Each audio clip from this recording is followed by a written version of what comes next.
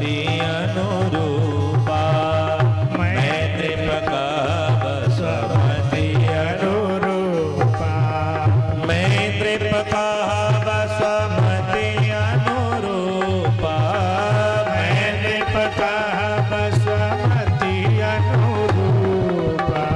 इनके नाम अनेक अनुपा, इनके नाम अनेक अनुपा, अनेक अनुपा, अनेक अनुपा।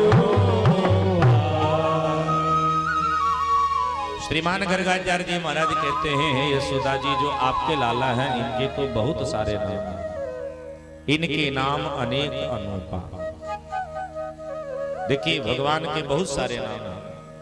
कितनी नाम हैं? बोले संसार में जितनी जिभियां हैं भगवान के उतने ही नाम हैं।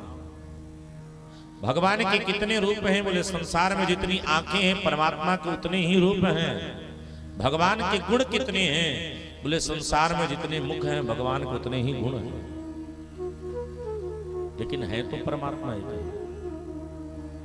कबीरा कुआं एक है, पनिहारी अनेक, बर्तन सबके न्यारे हैं, पानी सब में। कुआं एक है, पानी लेने वाले हम अलग अलग हैं। ध्यान से सुनना, ब्राह्मण का घर, क्षत्रिय का घर, वैश्य का घर, शूद्र का घर, ऐसे लाइन से था। चारों के घर की दीवार एक में जुड़ी थी। चारों के आंगन में अलग अलग नल गड़ा था। ब्राह्मण के आंगन में जो जल है उसे हम कहते हैं पवित्र जल, ब्राह्मण का हो गया। क्षत्रिय का क्षत्रिय का मान लेते, शूद्र का शूद्र का, लेकिन पानी का रूप रंग तो एक ही जैसा है। ऐसा थोड़ी ना कि ब्राह्मण के घर का जो जल है उसको पान करने वाला व्यक्ति ब्रह्मतेज को पा जाता है, शूद्र के घर का जल पीने वाला व्यक्ति क्या है? बोले निम्न जाति का हो जाता है।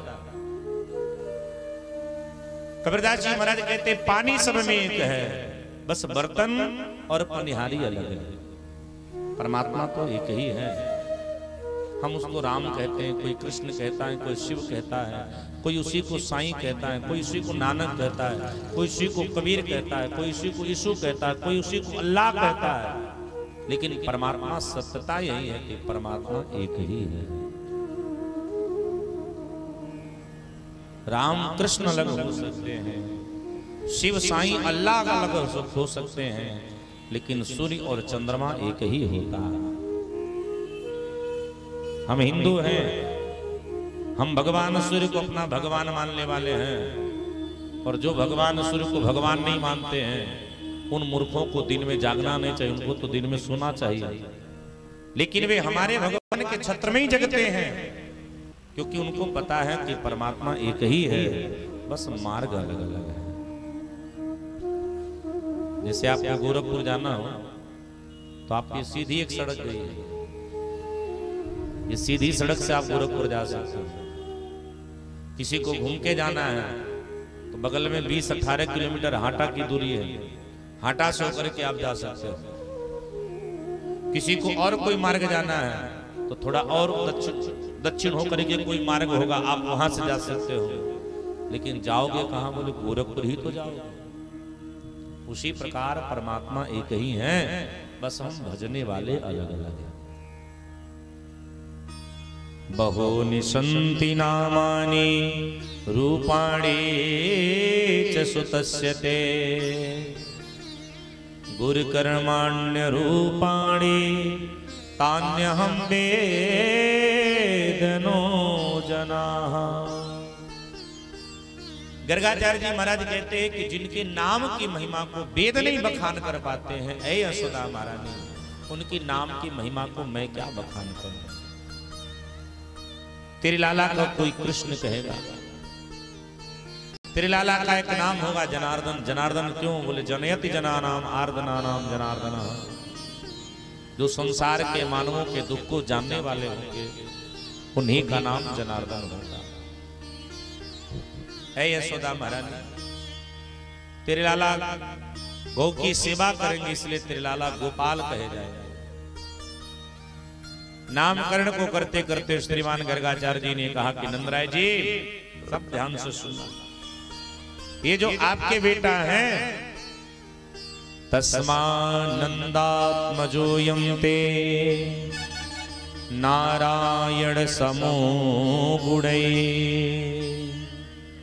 गर्गाचार्य जी महाराज कहते कि हे नंदराय जी महाराज, आपके जो लाला हैं वो भगवान नारायण के समान हैं, इसलिए दुनिया वाले इनको नारायण भी कहेंगे। एक ब्रजवासी ने कहा कि हमारे कन्हैया भगवान नारायण के समान कभी हो नहीं सकते हैं। क्यों? हमारे कन्हैया के समान नारायण है। कारण क्या है? भगवान नारायण में 60 गुण हैं और भगवान श्याम सुंदर में 64 गुण हैं। ब्रजवासी कहते हैं जिनमें गुण ज्यादा है प्रधानता तो उसी की होगी। भगवान नारायण में और भगवान श्याम सुंदर में 60 गुण एक बराबर है, लेकिन कन्हैया के 4 गुण अलग हैं। वो कौन गुण हैं? वे रूप माधुरी गुण, लीला माधुरी गुण, बेड़ू माधुरी गुण और प्रिया माधुरी गुण। भगवान नारायण सब कुछ कर सकते हैं पर बंसी नहीं बजा सकते। भगवान नारायण सब कुछ कर सकते हैं पर गोपियों के साथ नृत्य नहीं कर सकते हैं, मंगल माखन की लीला नहीं कर सकते हैं। हमारे ब्रजवासी कहते हैं कि गर्गाचार्य जी, हमारे कन्हैया भगवान नारायण के समान नहीं है, भगवान नारायण हमारे कन्हैया के समान है, इसलिए हमारे कन्हैया का एक नाम है नारायण। नाम को रखिए, नामकरण हुआ। सुखदेव जी ने कहा कि समय बीता है कि कालेन ब्रजताल्पेन गोकुले राम केशवो जानुभ्यां सह पाणिभ्यां रिंगे माड़ो विजर्हतो। और समय बीता है, भगवान श्याम सुंदर बड़े हुए और बड़े होकर के भगवान श्याम सुंदर बड़ी ही प्यारी लीला करते हैं, जिस लीला का नाम है माखन चोरी की लीला। हमारे कन्हैया अपनी एक मंडली बनाई है, जिस मंडली का नाम है बाल गोपाल चौर्य प्रचार मंडली। इस मंडली का एक ही नारा है कि घर घर दौड़े जाएंगे, माखन चुरा के खाएंगे, हाथ काहू के नहीं आएंगे। अरे भगवान श्याम सुंदर प्रत्येक गोपी के घर जाते हैं और गोपियों के घर बड़ा ही मंगल माखन चोरी करते हैं। और ध्यान से सुनना, हमारी ब्रज की जो माताएं हैं वो कन्हैया जब उनके घरों में जब माखन चोरी करने जाते हैं तो ब्रज की माताएं आनंदित हो जाती हैं, क्योंकि माखन क्या है? ये माखन ही ब्रज की माताओं का मन है। कन्हैया काऊ के घर माखन नहीं, भगवान श्याम सुंदर प्रत्येक गोपी के घर गोपियों के मन को ही चुराने जाते हैं, क्योंकि भगवान के पास मन नहीं है, इसलिए प्रत्येक गोपी के घर घर माखन चुराने जाते हैं। गोपियां प्रतीक्षारत रहा करते थे कि कन्हैया मेरी गलियन में है,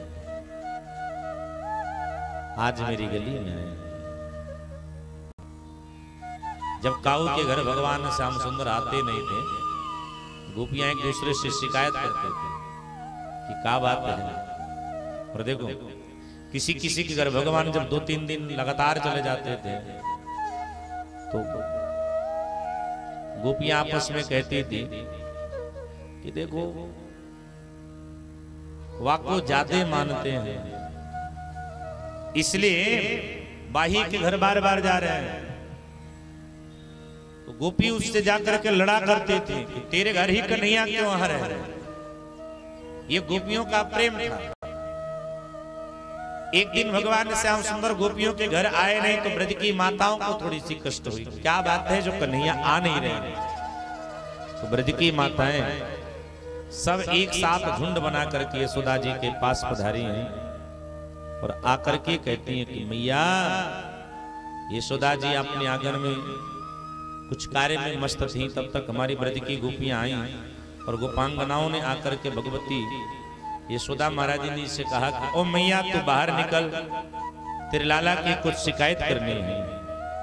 और शिकायत भी कर रही हैं और मन ही मन प्रार्थना कर रही है कि मैया ये शिकायत है कन्हैया, ये शिकायत नहीं है, क्योंकि देखे बिनु कान्हा जब मन नहीं माना, इन नैनों ने तुम्हें ब्रह्म पहचाना, ये उलाहना नहीं मिलन की एक है बहाना, क्योंकि कृष्ण चरणों में है मन को लगाना। ये गोपियां कहती है कि लाला ये शिकायत नहीं हम कर रहे हैं, ये हम तुमसे प्रेम की एक बहाना लेकर के आए। तो हमारी ब्रज की गोपियां आई हैं। यशोदा जी ने गोपांगनाओं से कहा क्या बात है, तो गोपियां शिकायत करती हैं कि मैया तेरे लाला बिगड़ गए और इतने बिगड़ गए हैं कि जैसे होता ना कि कई बच्चे जब ज्यादा बदमाशी करते हैं तो लोग कहते हैं हाथ से निकल गया है। तो गोपियां कहती हैं मैया तेरे लाला इतने बिगड़ गए कि हाथ से भी निकल गए, अब इनको हाथ में लेने की जरूरत है। यशोदा जी ने कहा क्या हुआ? ये गोपी कहती है घरन घरन में आते हैं और प्रत्येक घर आकर के हमको बड़ा परेशान करते हैं।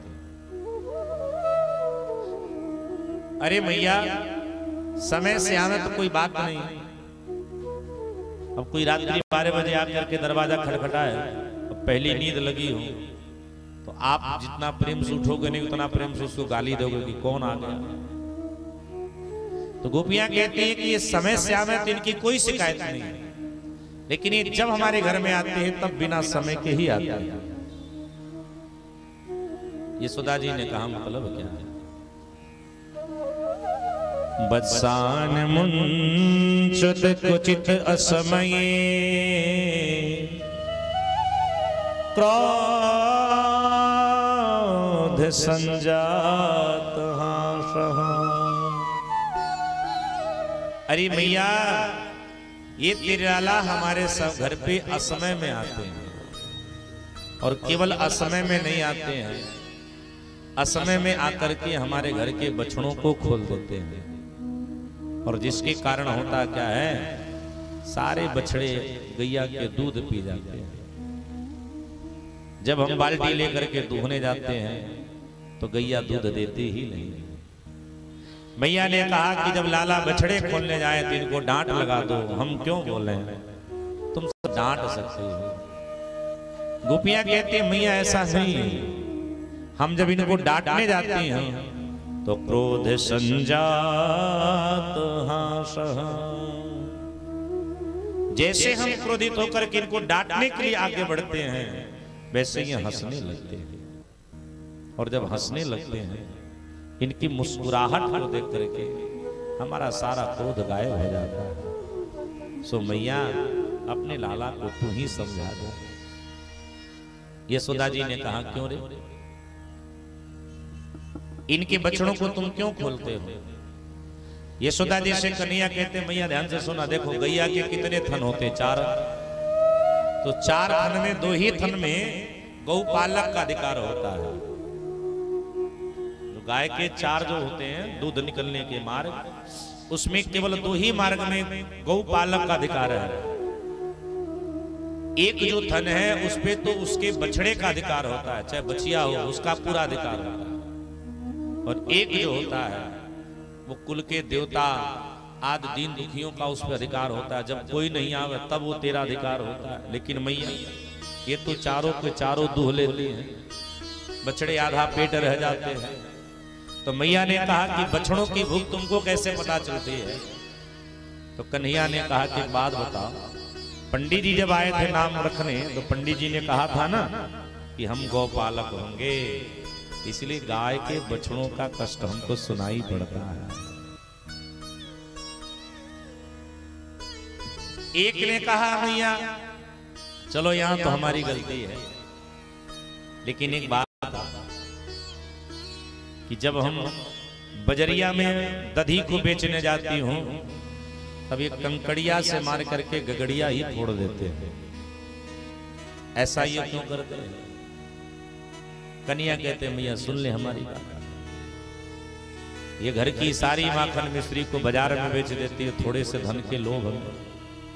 आसपास के जो रहने वाले हैं बंदर भालू आदि बिल्ली ये सब भूखे तड़प जाते हैं, तो मानो उनका भी कष्ट हमको सुनाई पड़ता है।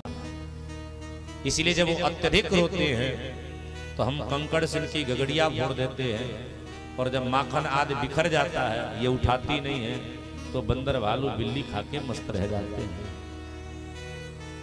इस प्रकार से भगवान श्याम सुंदर की हमारी व्रज की गोपियां बड़ी ही शिकायत करती है। एक गोपी आई दौड़ी दौड़ी बोली मैया तेरी लाला बंसी भी असमय में ही बजाते हैं, इस विषय के लिए भी तुम इनको डांटना। कन्हैया से मैया ने कहा तू बंसी असमय में क्यों बजाता है? यशोदा जी ने कहा बांसुरी मेरी, मुंह मेरा, श्वास मेरा, समय मेरा, मैं जब मन तब बजाऊं। अब बताओ मैया मेरी भी विद्या पर किसी का अधिकार है? तो हमारी गोपियां कहती हैं लाला तू बांसुरी खूब बजा, तू घर घर माखन आके खा, लेकिन समय से आया, क्योंकि तेरे चक्कर में हम बड़े डांट खा जाते हैं। एक गोपी कहती है कि एक कन्हैया जब तू बंसी बजाता है ना तो तेरी बांसुरी की धुन को सुन करके हम पागल हो जाते हैं। पागल कौन है? जिसने प्रभु को पा लिया। पागल कौन है? जिसने प्रभु में ही अपने जीवन को गला दिया, वही तो पागल है। पागल कौन होता है? जो आशिकी में गल जाता है वही सच्चा पागल होता है। ब्रज की गोपियां कहती है ना कि कन्हैया जब तू बांसुरी बजाता है ना तो तेरी बंसी की धुन में इतने हम गल जाते हैं कि हमको कुछ भी शुद्ध बुद्ध नहीं रहता है, और जिसके कारण हमारी सास लोग हमको बहुत डांटती हैं। शाम को जब भोजन बनाने का समय होता है तो तू बांसुरी बजाता है, तो गलते कौन कौन है? हमारा हृदय गल जाता है, इसलिए हम एकाग्रचित हो जाते हैं, और सूखी सूखी लकड़ियां गल जाती हैं, जिससे लकड़ियां जलती नहीं है तो भोजन समय से बनता नहीं है, जिससे हमको डांट खाना पड़ता है। एक कन्हैया तो केवल बांसुरी उस समय बजाना जब हमको नृत्य करने का मन हो। और एक हमारे महात्मा की बड़ी ही प्यारी पंक्ति यहाँ हमारे साधकों ने लेख दिया है, और हमारे ब्रज के महात्माओं ने निवेदन किया कि हे श्याम सुंदर तुम बंसी को मस्त स्वरूप से बजाओ। हो मेरे सांवरिया